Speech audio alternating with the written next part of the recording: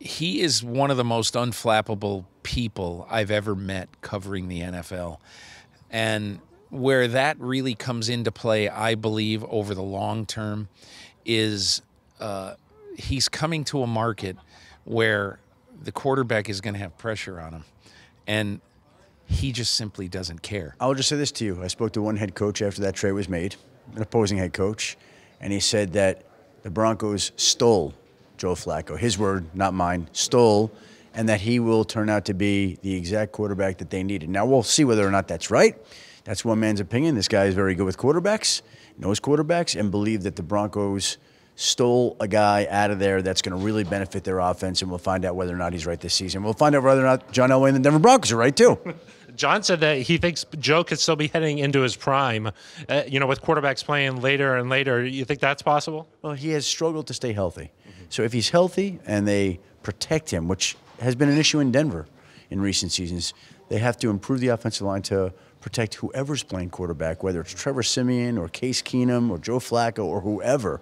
As long as he's got time, Joe Flacco can throw the ball with just about any quarterback in the league. Phil, I'll tell you a short story. My wife and I raised our 3 children in Haddon Township, New Jersey, and every year they played the Thanksgiving game against Audubon, New Jersey.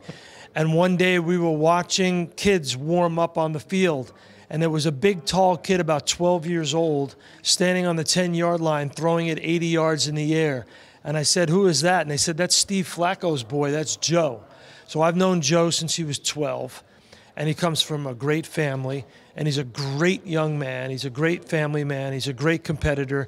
The Denver Broncos should be happy to get a guy like that. He to me, and the way he performed in that championship season, no interceptions, 9 touchdowns, MVP of the Super Bowl. He can be if you protect him, he's like any other quarterback, Phil.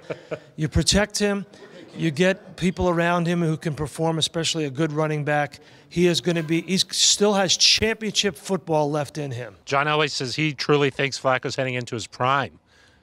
Can that be possible? I mean, it's possible.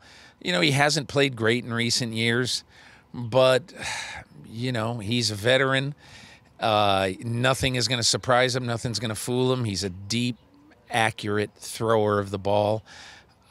I think he's got a shot. But I also think that Elway knows that he can't be complacent about the quarterback position. I wouldn't be surprised if I think he's going to take one either this year or next year. And but Joe is going to have the opportunity to stave off anybody for a long time. That's just going to be his job. So to my way of thinking, they upgraded themselves at quarterback. But I don't know that they solved their problems at quarterback. So we'll see. It's going to be all on Joe's shoulders.